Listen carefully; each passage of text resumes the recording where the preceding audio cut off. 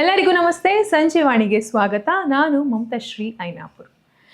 Big boss ಮನೆ ಈಗ ಸಂಕ್ರಾಂತಿ ಹಬ್ಬದಿಂದ ತುಂಬು ಹೋಗಿದೆ. ನಿನ್ನೆ ಎಪಿಸೋಡ್ನಲ್ಲಿ ಎಲ್ಲ ಬಿಗ್ ಬಾಸ್ ಸ್ಪರ್ಧಿಗಳು ಸಂಕ್ರಾಂತಿ ಹಬ್ಬವನ್ನ ಅದ್ಧೂರಿಯಾಗಿ ಆಚರಿಸಿದ್ದಾರೆ. ಅದು ಅಲ್ಲದೆ ಇಲ್ಲಿನ ವಿಶೇಷ ಏನು ಅಂತ ಹೇಳಿದ್ರೆ, ಬೆಲ್ಲ ಹಾಗೂ ಎಳ್ಳಿನ ರೀತಿ ಸಿಹಿ ಮತ್ತು ಕಹಿಯನ್ನ ಒಬ್ಬರಿಗೊಬ್ಬರು ಹಂಚಿಕೊಂಡಿದ್ದಾರೆ. ಅದರಲ್ಲೂ ಎಲ್ಲರೂ ಮುಖ್ಯ ಭೂಮಿಕೆ ಅಂತ ಹೇಳಿದ್ರೆ ಗಿಲ್ಲಿ ಹಾಗೂ ಅಶ್ವಿನಿ. ಇವರು ಒಬ್ಬರಿಗೊಬ್ಬರು ಕ್ಷಮೆ ಕೇಳೋದ್ರ ಮುಖಾಂತರ ಇನ್ನು ಮುಂದೆ ನಾವು ಒಳ್ಳೆಯ ಸ್ನೇಹಿತರಾಗಿ ಮುಂದುವರಿಯೋಣ ಅಂತ ಹೇಳಿದ್ದಾರೆ.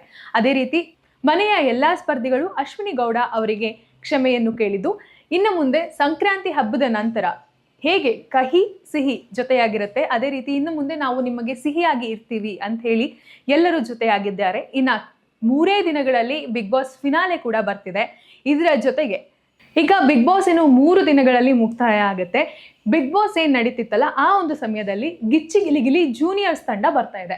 ಈಗ ಗಿಚ್ಚಿ ಗಿಲಿಗಿಲಿ ಜೂನಿಯರ್ಸ್ ಸೀನಿಯರ್ಸ್ ಯಾರಿದಾರಲ್ಲ ಅವರು ಜೂನಿಯರ್ನ ಪ್ರಮೋಟ್ ಮಾಡಕ್ಕೆ ಬಿಗ್ ಬಾಸ್ ಮನೆಗೆ ಹೋಗಿದ್ದಾರೆ. ಅದು ಇವತ್ತಿನ ಎಪಿಸೋಡ್ ನಲ್ಲಿ ಟೆಲಿಕಾಸ್ಟ್ ಆಗುತ್ತೆ. ಗಿಲ್ಲಿ ಜೊತೆಗೂ ಸ್ವಲ್ಪ ಕಾಲೆಳಿತಾರೆ ಈ ಒಂದು ಸೀನಿಯರ್ ತಂಡ. ಯಾಕೆಂದ್ರೆ ಸೀನಿಯರ್ ತಂಡದಲ್ಲಿ ಗಿಲ್ಲಿ ಕೂಡ ಲಾಸ್ಟ್ ಇಯರ್ ಪಾರ್ಟಿಸಿಪೇಟ್ ಮಾಡಿದ್ರು.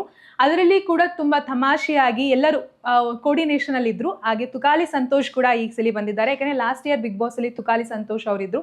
ಈಗ ಸೀನಿಯರ್ ನಂತರ ಜೂನಿಯರ್ ಬರ್ತಾ ಇದೆ. ಹೇಗೆ ನಡೆಯುತ್ತೆ ಎಪಿಸೋಡು ಮತ್ತೆ ಎಷ್ಟು ಕ್ಯೂರಿಯಾಸಿಟಿಯಿಂದ ಇರುತ್ತೆ ಅಂತ ಹೇಳಿ ಸೀನಿಯರ್ಸ್ಗಳು ಬಿಗ್ ಬಾಸ್ ಸ್ಪರ್ಧಿಗಳಿಗೆ ಎಕ್ಸ್ಪ್ಲೈನ್ ಮಾಡ್ತಿರ್ತಾರೆ.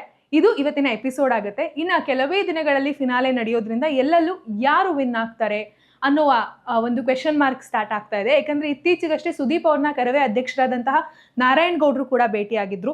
ಎಲ್ಲಿ ಅಶ್ವಿನಿ ಅವರು ಇನ್ಫ್ಲುಯೆನ್ಸ್ ಇಂದ ಗೆಲ್ತಾರಾ ಅಥವಾ ಗಿಲ್ಲಿ ಜನರ ಬೆಂಬಲದಿಂದ ಗೆಲ್ತಾರಾ ಅನ್ನೋ ಕ್ವೆಶನ್ ಮಾರ್ಕ್ ಎಲ್ಲೆಲ್ಲೂ ಇದೆ. ಇನ್ನು ಕೆಲವೇ ದಿನಗಳಲ್ಲಿ ಫಿನಾಲೆ ಆಗ್ತಿದೆ. ಯಾರು ಗೆಲ್ತಾರೆ, ಯಾರು ರನ್ನರ್ ಅಪ್ ಆಗ್ತಾರೆ ಕಾದು ನೋಡ್ಬೇಕು. ಮತ್ತಷ್ಟು ಮಾಹಿತಿಗಾಗಿ ನೋಡ್ತಾ ಇರಿ ಸಂಜೀವಾಣಿ.